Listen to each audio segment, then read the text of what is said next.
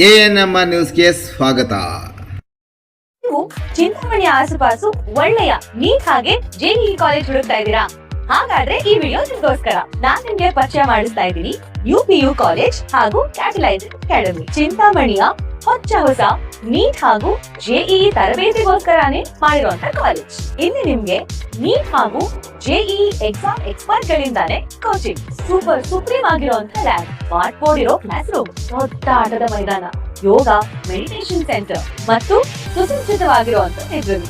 ಇಲ್ಲಿ ನಿಮ್ಗೆ experience faculty personal ಆಗಿ ಸ್ಟೂಡೆಂಟ್ಸ್ ನ ಟ್ರ್ಯಾಕ್ ಮಾಡ್ತಾರೆ. ರೆಗ್ಯುಲರ್ ಆಗಿ ಮಾಕ್ ಟೆಸ್ಟ್ ಇರುತ್ತೆ, ಅಂದ್ರೆ ಎಕ್ಸಾಮ್ ಗಿಂತ ಮುಂಚೆನೆ ಸ್ಟೂಡೆಂಟ್ಸ್ 100% ರೆಡಿ ಇರ್ತಾರೆ. ಜೊತೆಗೆ ರೆಗ್ಯುಲರ್ ಡೌಟ್ ಕ್ಲಿಯರಿಂಗ್ ಸೆಷನ್ಸ್, ಯಾವುದೇ ಡೌಟ್ ಇದ್ರು ಅಲ್ಲೇ ಕ್ಲಿಯರ್ ಆಗುತ್ತೆ. ಸೀಟ್ ಲಿಮಿಟೆಡ್ ಇರುತ್ತೆ. ಇವತ್ತೇ ಈ ಕೂಡಲೇ catalyzeracademy.com ಗೆ ಹೋಗಿ ಕ್ವೈರಿ ಕೊಡಿ ಅಥವಾ ಕೆಳಕಂಡಂತ ಫೋನ್ ನಂಬರ್ಗೆ ಕಾಲ್ ಮಾಡಿ. ನಿಮ್ಮ ಮಗುವಿನ ಭವಿಷ್ಯ ಕ್ಯಾಟಲೈಸರ್ ಅಕಾಡೆಮಿ ಕೈಲಿ ಸೇಫ್ ಆಗಿರುತ್ತೆ. ಧನ್ಯವಾದ. ರೇಷ್ಮೆಗೆ ವಿಷವಿಕ್ಕಿದ ದುಷ್ಕರ್ಮಿಗಳು.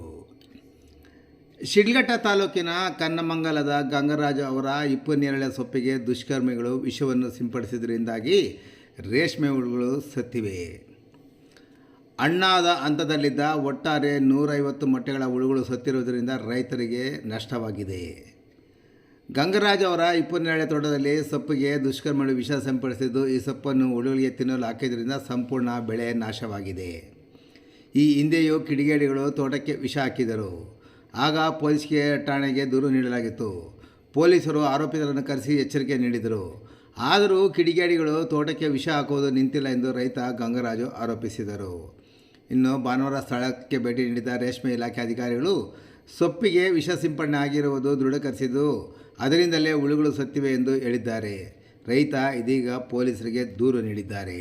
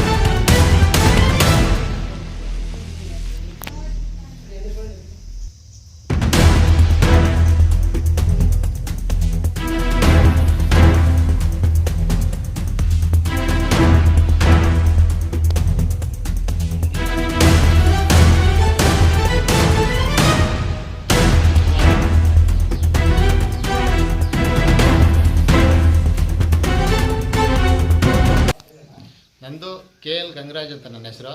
ಕನ್ನಮಂಗಲ, ಶಿಡ್ಲಘಟ್ಟ ತಾಲೂಕು, ಚಿಕ್ಕಬಳ್ಳಾಪುರ ಜಿಲ್ಲೆ. ನಾನು ಒಂದು 6-7 ವರ್ಷನಿಂದ ನಾನು ಹುಳು ಬೆಳೆ ಬಿಡ್ತಾನೇ ಇತ್ತು.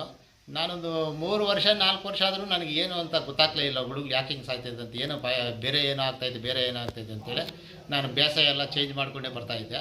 ಕೊನೆಗೆ ಗೊತ್ತಾಯಿತು ಯಾರೋ ವಿಷ ಆಗ್ತಾಯಿದ್ದಾರೆ ಅಂತ ಗೊತ್ತಾದ್ಮೇಲೆ CC ಕ್ಯಾಮ್ರಾ ಎಲ್ಲ ಹಾಕಿದ್ವಿ. 2 CC ಕ್ಯಾಮ್ರಾ ಹಾಕಿದ್ರು ಕೂಡ ಈ ಕಡೆ ಹಾಕಿದಾಗ ಆ ಕಡೆ ಹಾಕ್ತಾರೆ, ಆ ಕಡೆ ಹಾಕಿದಾಗ ಈ ಕಡೆ ಹಾಕ್ತಾರೆ. ಆಮೇಲೆ ಪಕ್ಕದಲ್ಲಿರೋನು ಏನಾಗ್ತಾ ಇದ್ರೆ, ಈ 2 ಹೆಂಡಿಕ್ಯಾಪ್ಗಳು ಪಕ್ಕದಲ್ಲಿ ಅವ್ರದ್ದು ನಮ್ಮದು ಒಂದೇ ಕಡೆ ಇತ್ತು. ಬಗ್ಬಿಟ್ಟು ಹೆಂಡಿಕ್ಯಾಪ್ಟ್ರಲ್ಲಿ ಬಿಚ್ಚಿಬಿಟ್ಟು ಅದರಲ್ಲಿ ವಿಷ ಹಾಕ್ಬಿಡ್ತಾಯಿದ್ರು. ಅದನ್ನು ನಾನು ನೋಡ್ಕೊಂಡಿಲ್ಲ. ಸುಮಾರು ದಿವಸಗಳಾಗ್ಬಿಟ್ಟಿದೆ. ಭೂಮಿಯೆಲ್ಲ ಸ್ಮೆಲ್ ಬರುತ್ತು, ಎಲ್ಲ ವಾಸನೆ ಬರ್ತಾಯಿತ್ತು, ದುರ್ವಾಸನೆ. ಆ ದುರ್ವಾಸನೆ ಯಾಕೆ ಬರ್ತಾಯಿದೆ ಅಂತ ನಮ್ಗೆ ಗೊತ್ತಾಗಿಲ್ಲ. ಸಿ ಕ್ಯಾಮ್ರಲ್ಲಿ ನೋಡಿದ್ರೆ ಯಾರು ಮನುಷ್ಯನ ಒಬ್ಬರು ಕಾಣಿಸ್ಕೊತಾ ಇರಲ್ಲ. ಹಂಗೆ ಇದ್ಬಿಟ್ಟು ಆಮೇಲೆ ನೋಡಿದ್ರೆ ಎಲ್ಲ ಎಂಡ್ ಕ್ಯಾಪಲ್ಲಿ ಹಾಕ್ಬಿಟ್ಟು ಬಿಚ್ಚಿಬಿಟ್ಟು ಹಾಕ್ತಾಯಿದ್ರು. ಆಮೇಲೆ ಅದನ್ನು ತಿಳ್ಕೊಂಡು ಹೋಗಲಿ ಸಿ ಕ್ಯಾಮ್ರಾ ತಗೊಂಬಂದು ಮನೆ ಹತ್ರ ಹಾಕೊಂಡ್ಬಿಟ್ಟೆ. ಆಮೇಲೆ ಒಂದು ಕೆಲವು ದಿವಸ ಬಿಟ್ಟರು, ತಿರುಗಿ ಮತ್ತೆ 4 ದಿವಸ ಎದ್ದು 2 ದಿವಸ 3 ದಿವಸ ಆಗೋ ಒಳಗೆ 3 ದಿವಸ ಆಗೋ ಒಳಗೆ ಇದು ಟೊಮೆಟೊ ಚೆಲ್ಬಿಡೋದು, ಅದನ್ನ ನೆನೆಸ್ಕೊಂಡ್ಬಿಟ್ಟು ಹೊಡೆದ್ಬಿಟ್ಟು ಬಂದುಬಿಡೋದು. ಅದು ಟೊಮೆಟೊ ಚೆಲ್ತಾವ್ರಿಂದ ನನಗೆ ಅಂದಾಜೇ ಬರಲಿಲ್ಲ. ಸುಮಾರು ದಿವಸ ಹಂಗೆ ಇದ್ದೋಗ್ಬಿಟ್ಟೆ, ಮೇಯಿಸ್ಕೊಂಡಿದ್ದೋಗ್ಬಿಟ್ಟೆ. ಕೊನೆಗೆ ನೋಡ್ತಾ ನೆನ್ನೆ ನನಗೆ ಗೊತ್ತಾಗಿದ್ದು ಟೊಮೆಟೊ ತೆಳ್ಳಗೆ ಬೆಳಗ್ಗೆ 3 ಗಂಟೆ ರಾತ್ರಿಯಲ್ಲಿ ಹೋಗ್ಬಿಟ್ಟು ಚೆಲ್ಕೊಂಬರ್ತಾಯಿದ್ರು. ಆಮೇಲೆ ಮೊನ್ನೆ ಒಂದು 7-8 ದಿವಸದಲ್ಲಿ ನಾನು ತೋಟದಲ್ಲಿ ಅನುಮಾನ ಬಂದು ಹೋಗಿ ನೋಡಿದೆ, ಆಗ ಚೆಲ್ತಾಯಿದ್ರು. ಅದು ಮುದ್ದುಗಳು ಎಲ್ಲ ಹೊಡ್ಕೊಂಡು ಅಲ್ಲೇ ತೋಟದಲ್ಲಿದ್ದರು. ಹಿಡ್ಕೊಂಡಿದ್ದಾಗ ನಾನು ಅಲ್ಲೇ ಹಿಡ್ಕೊಂಡು 5-6 ಜನ ಇದ್ರು. ಕಂಪ್ಲೇಂಟ್ ಕೊಟ್ಟಾಗ ಅವರು ಏನು ಹೇಳ್ತಾರೆ, ಸಬ್ ಇನ್ಸ್ಪೆಕ್ಟರ್ ನೀನು ಕಂಪ್ಲೇಂಟ್ ಕೊಟ್ಟಿರೋದಲ್ಲ, ಅಲ್ಲಿ ಸ್ಪಾಟಲ್ಲಿ ವೀಡಿಯೋ ಮಾಡ್ಕೊಬೇಕು ಅಂತ ಹೇಳಿದ್ರು. ವೀಡಿಯೋ ಮಾಡ್ಕೊಳಕ್ಕೆ ನಾನು ಯಾವುದೇ ಕಾರಣಕ್ಕಾಗಲ್ಲ. ಅವ್ರು 6-7 ಜನ 8 ಜನ ಗಂಟೆ ಬಂದಿದ್ದರು. ನಾನು ಹೋಗಿದ್ದು ಒಬ್ಬನು. ನಾನು ಯಾವುದೇ ಕಾರಣಕ್ಕೆ ಅವ್ರ ಹತ್ರ ನಾನು ಏನೂ ಮಾಡೋಕ್ಕಾಗಲ್ಲ. ಆದ್ರೂ ಮದ್ದು ಬಾಟ್ಲೆಲ್ಲ ಕಿತ್ಕೊಂಡು ಆ ಟೊಮೆಟೊ ಎಲ್ಲ ಕಿತ್ಕೊಂಡು ಉದ್ದೇಶದಲ್ಲಿ ಹೋಗಿದ್ವು. ಅವೆಲ್ಲ ಪೊಲೀಸ್ ಸ್ಟೇಷನ್ಗೆ ಎತ್ಕೊಂಡು ಹೋಗಿ ತೋರಿಸಿದ್ರು ಕೂಡ ಮತ್ತೆ ರಾಜಿ ಮಾಡಿ ಕಳಿಸಿದ್ರು. ಆಗಲ್ಲ, ನೆಕ್ಸ್ಟ್ ಇನ್ನೇನಾಗಲ್ಲ, ಸರೋಗ್ತಾರೋಗುತ್ತೆ. ಅವತ್ತು ಮಾರನೇ ದಿವಸನೇ ಬಂದುಬಿಟ್ಟು ಇದ್ದಾರೆ ಟೊಮೆಟೊ ತೋಟೆಲ್ಲ ಚೆಲ್ಲಾಕ್ಬಿಟ್ಟಾರೆ. ನಂದು 2.5 ಎಕರೆ ತೋಟ ಐತೆ. 2.5 ಎಕರೆ ತೋಟನೂ ಕಂಪ್ಲೀಟಾಗಿ ಟೊಮೆಟೊ ಹಾಕ್ಬಿಟ್ಟಿದ್ದಾರೆ. ಈಗ ಯಾರು ಬಂದರೂ ಕೂಡ ಬೇಸಾಯ ಕಾಣಿಸ್ತಾ ಇರ್ತದೆ ಟೊಮೆಟೊ. ಅದು ನಾನು ಇನ್ನು ಮುಂದೆ ತೋಟ ಮಾಡೋಕ್ಕಾಗೋದಿಲ್ಲ. ತೋಟನೇ ಇನ್ನು ಕೀಳ್ಸಾಕ್ಬೇಕಾಗುತ್ತೆ. ಆ ಥರ ಮಾಡೋಕ್ಕಿದ್ದಾರೆ. ಇನ್ನು ಬೆಳೆಗಳಾಗೋದು ಇಲ್ಲ, ಇಷ್ಟು ಮಾಡೋಕ್ಕಾರೆ. ನನಗೆ ಎಲ್ಲಿ ಅವ್ರ ಮೇಲೆ 3-4 ಕಂಪ್ಲೇಂಟ್ ಇದುವರೆಗೂ ಕೊಟ್ಟಿದ್ದೀನಿ. ಯಾವುದೇ ಆಕ್ಷನ್ನು ಇಲ್ಲ, ಏನೂ ತಗೊಂಡೇ ಇಲ್ಲ ಪೊಲೀಸ್ ಸ್ಟೇಷನಲ್ಲಿ. ಅವ್ರ ಮೇಲೆ ಕೊಟ್ಟಿದ್ದೀನಿ. ಇವತ್ತಿನ ಮೊನ್ನೆ ಅವ್ರ ಮೇಲೆ 4 ಸಾರಿ ಕಂಪ್ಲೇಂಟ್ ಕೊಟ್ಟಿದ್ದೀನಿ ಸ್ಟೇಷನಲ್ಲೇ. ಯಾವಾಗಾದ್ರೂ ರಾಜಿ ಮಾಡಿ ಕಳಿಸ್ತಾ ಇರ್ತಾರೆ. ಆಯಿತು ನೆಕ್ಸ್ಟ್ ನೋಡೋಣ ಇದನ್ನು ಮಾಡಲ್ಲ ಅಂತ ಹೇಳ್ಬಿಟ್ಟು ಬರೀ ರಾಜಿ ಮಾಡಿ ಕಳಿಸ್ತಾ ಇದ್ದಾರೆ. ಅವ್ರ ಹೆಸರು ಪ್ರಕಾಶ್ ಅಂತೇಳಿ, ಅರವಿಂದ್ ಅಂತೇಳಿ, ನವೀನ್ ಅಂತೇಳ್ಬಿಟ್ಟು, ಆಮೇಲೆ ಶ್ರೀಧರ್ ಅಂತ ಒಬ್ಬ, ಈಗ ಈ ಥರ ಒಂದು 4-5 ಜನ ಇದ್ದಾರೆ. ತಿರ್ಗಿ ಸುಬ್ರಹ್ಮಣ್ಯ ಅಂತ ಒಬ್ಬರು. ಇವರೆಲ್ಲ ಸೇರ್ಕೊಂಡು ಒಂದು 7-8 ಜನ ಗ್ಯಾಂಗ್ ಆಗಿಬಿಟ್ಟು ರಾತ್ರಿ ಎಲ್ಲ ಸುಮಾರು ಸಾರಿ ಅಲ್ಲೇ ಕುಡ್ಕೊಂಡು ತೋಟದಲ್ಲೆಲ್ಲ ಹಿಡ್ಕೊಂಡಿದ್ವಿ. ಯಾಕೆ ಇಲ್ಲಿ ಕುಡಿತಾ ಇದೆ, ಏನು ಕೆಲಸ ಅಂತ ಹೇಳಿದಾಗೆಲ್ಲ ಸುಮ್ಮನೆ ಬಂದಿದ್ವಿ. ನಾವು ಇನ್ನು ಕುಡಿಯೋದು ಬಿಡು ಅಂತ ಹೇಳ್ತಾರೆ. ಕುಡಿಯೋದು ನಾನು ಸುಮಾರು ಸಾರಿ ಹಿಡ್ಕೊಂಡಿದ್ದೀನಿ ತೋಟದಲ್ಲೇ. ಅಲ್ಲಿ ಕುಡ್ಕೊಂಡಿದ್ಬಿಟ್ಟು ರಾತ್ರಿ ನೈಟು ಆವಾಗ ನಾನು ಈ ಕಡೆ ಬರ್ತಾನೆ ಹಾಕ್ಬಿಟ್ಟು ಬಂದ್ಬಿಡೋರು.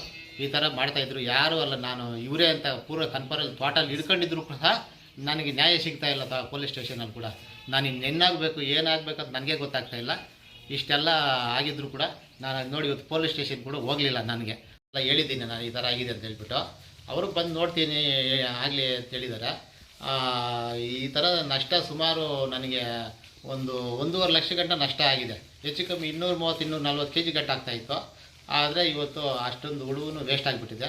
ನೋಡಿ ನೆನ್ನೆ ಒಂದು ಸುಮ್ಮನೆ ಅಷ್ಟು ದೂರ ಆದ್ಕೊಂಬಂದೆ. ಇದು ಟೊಮೆಟೊ ಅಷ್ಟು ದೂರ ಆಗಿದ್ರೆ ನೋಡಿ ಈ ಥರ ಟೊಮೆಟೊ ಚೆಲ್ಲಿರ್ತಾರೆ ಸೊಪ್ಪು ಮೇಲೆ. ಆ ಟೊಮೆಟೊ ಹಾಕಿದಾಗ ನಾವು ಇದಕ್ಕೆ ಅಬ್ಸರ್ವ್ ಮಾಡಲೇ ಇಲ್ಲ. ಯಾವಾಗಲೂ ಈ ಥರ ಹಾಕ್ಬಿಟ್ಟು ಹೊಟ್ಟೋಗ್ತಾ ಇರ್ತಾರೆ ಸೊಪ್ಪು ಮೇಲೆ. ಯಾವಾಗ ನೋಡಿದ್ರು ನೋಡಿ ಹಿಂಗೆ ಸತ್ತಾಗಿವೆ.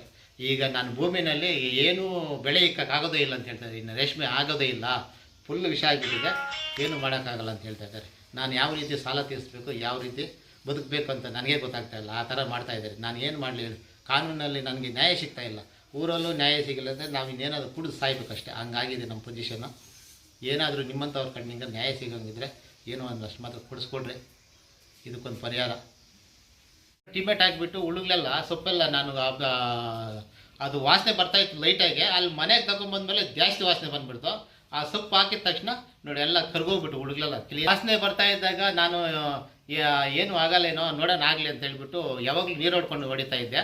ಆಗಲಿ ನೋಡೋಣ, ಅಷ್ಟೊಂದು ವಾಸನೆ ಬರ್ತಾ ಇರಲಿಲ್ಲ, ಎಲ್ಲ ಕೆಳಗಡೆ ಬಿದ್ದೋಗಿತ್ತು.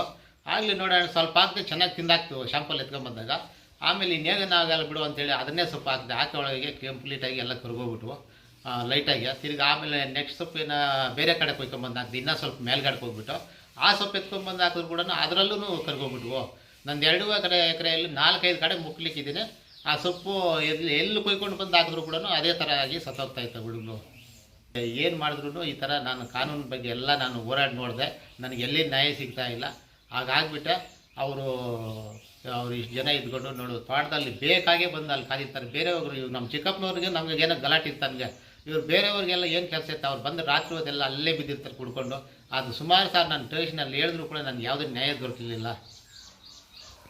ನಷ್ಟ ಸುಮಾರು 6 ವರ್ಷದಿಂದ ನಾನು 150 ಮಟ್ಟೆ ಮೇಯಿಸ್ತೀನಿ. 150 ಮಟ್ಟೆ, 160 ಮಟ್ಟೆ, 120 ಮಟ್ಟೆ, 130 ಮಟ್ಟೆ ಹಿಂಗೆ ಮೇಯಿಸ್ತಾಯಿತ್ತು. 6 ವರ್ಷನಿಗೆ ಹೆಚ್ಚು ಕಮ್ಮಿ 40-50 ಲಕ್ಷ ನಷ್ಟ ಆಗಿದೆ. ನನಗೆ ಸುಮಾರು ನಷ್ಟ ಆಗಿಬಿಟ್ಟು ಸಾಲುಗಳು ನನಗೆ ಐತೆ. ಒಂದು 6 ಲಕ್ಷ ಬ್ಯಾಂಕಲ್ಲಿ ಐತೆ. ಜನಗಳತ್ತು ಒಂದು 2-3 ಲಕ್ಷ ಮಾಡಿದ್ದೀನಿ. ಅವ್ರಿಗೆ ಯಾರಿಗೂ ಕೊಡೋಕ್ಕಾಗಲಿಲ್ಲ, ನನ್ನ ಸಂಪಾದನೆ ಆಗಲಿಲ್ಲ, ಏನಾಗಲಿಲ್ಲ. ನಾನು ವಿಷ ಕೊಡಿ ಸತ್ತೋಗೋಣ ಅಂತ ಬಾಟ್ಲು ಕೂಡ ಸ್ಟೇಷನ್ ಹತ್ರ ಎತ್ಕೊಂಡು ತೋರಿಸಿದ್ದು ಮೊನ್ನೆ. ನೀವು ಏನಾದ್ರು ನ್ಯಾಯ ಕೊಡಿಸಲಿಲ್ಲ ಅಂದರೆ ನಾನು ಕುಡಿದು ಸತ್ತೋಗ್ತೀನಿ ಅಂತ ಕೂಡ ಸ್ಟೇಷನಲ್ಲಿ ಹೇಳಿದ್ರು ಕೂಡ. ಆಯ್ತು ಈ ಸಾರಿ ನೋಡು, ನೆಕ್ಸ್ಟ್ ಈ ಥರ ಮಾಡಲ್ಲ ಅಂತ ಹೇಳಿದ್ರು. ಮಾರನೇ ದಿವಸನೇ ಬಂದು ಈ ಥರ ಕೆಲಸ ಮಾಡಿದ್ದಾರೆ. ತೋಟೆಲ್ಲ ಈಗ ಹೊಡೆದಾಕಿದ್ದಾರೆ. ತೋಟ ಕಂಬಳಿ ಸೊಪ್ಪು ಆಗೋದೇ ಇಲ್ಲ ಅಂತ ಹೇಳ್ತಾ ಇದ್ದಾರೆ. ಯಾರು ನೋಡಿದ್ರು ತೋಟದಲ್ಲೇ ಇಷ್ಟೊಂದು ಟಿಮೇಟ್ ಹಾಕ್ರಿ ಇನ್ನು ಆಗೋದಿಲ್ಲ, ಇನ್ನು ಕೀಳ್ಸ್ ಕಿತ್ತಾಕ್ಬಿಡು ಅಂತ ಹೇಳ್ತಾವ್ರೆ. ನಾನು ಕಿತ್ತಾಕ ಮೇಲೆ ನಾನು ಯಾವುದ್ರಲ್ಲಿ ಬೆಳೆದೆ ಸಾಲ ವಿಧಿಸಬೇಕು ಅನ್ನೋದು ನನಗೆ ಯೋಚನೆ ಆಗಿಬಿಟ್ಟಿದೆ. ಈಗ ನಾನು ಇನ್ನು ಈ ಬೆಳೆಗೆ ಎಷ್ಟಾಯ್ತು? ಬೆಳೆಗೆ ಎಷ್ಟು ಕಮ್ಮಿ ಈಗ 1,20,000 1,20,000 30,000 ಗಂಟೆ ಆಗ್ತಾಯಿತ್ತು. ಅಷ್ಟು ನಷ್ಟ ಆಗಿದೆ ಈ ಬೆಳೆಗೆ ಇವಾಗ.